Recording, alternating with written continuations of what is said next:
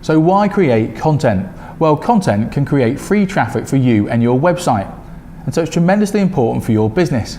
Content also has the potential to go viral, i.e. people will want to share it, and those people can share it with other people, and so it grows just like a virus, virally. So how to create really powerful content? In your marketing, you've got to think about your resources. And three of your resources are time, money, and energy. Well, content marketing tends to take those last two, energy and time. However, you can also spend money on your marketing and spend money on your content marketing. You can go to these different digital marketing places like Upwork, Freelancer, Fiverr, or People Per Hour, and you can pay people to create the content for you. However, even if you pay someone to create the content for you, you've got to think about the content and where you're going to put it. What are you going to do with this content strategically so you can get more people to your website? A top tip on time management for content creation. What you've got to think about is how do you split up your time when you're creating content so it can become more efficient and more effective? Well, you should spend 5% of your time on planning your content, what it's going to be and what type of content it's going to be. Then spend 30% of your time on the actual content itself, on creating the content and what type of content it is.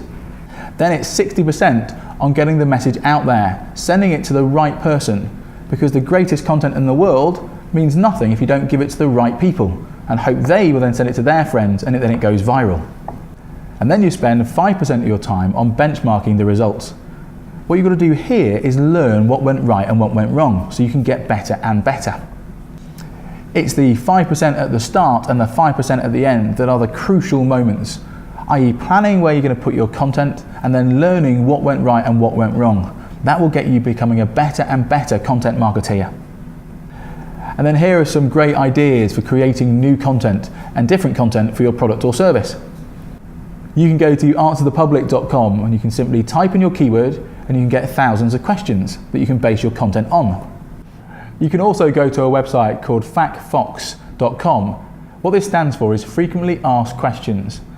So what you can do is type in your keyword and then you'll get 1,000 of the frequently asked questions around your particular subject. So that's frequently asked questions, fox.com, factfox.com. You can also look at some of the larger websites out there and some of the ideas you can get can spring from them. So things like Facebook graph search, or you could use Google and go to Google display ads. You can also get to know your potential customers more and then think about content ideas around what they would like. So you could use Facebook Insights, or you could have a look on Twitter, go into Twitter Analytics and have a look at the interest for your particular followers. All these things can give you loads of data and loads of ideas so you can create really powerful content that you know they're going to like and going to share.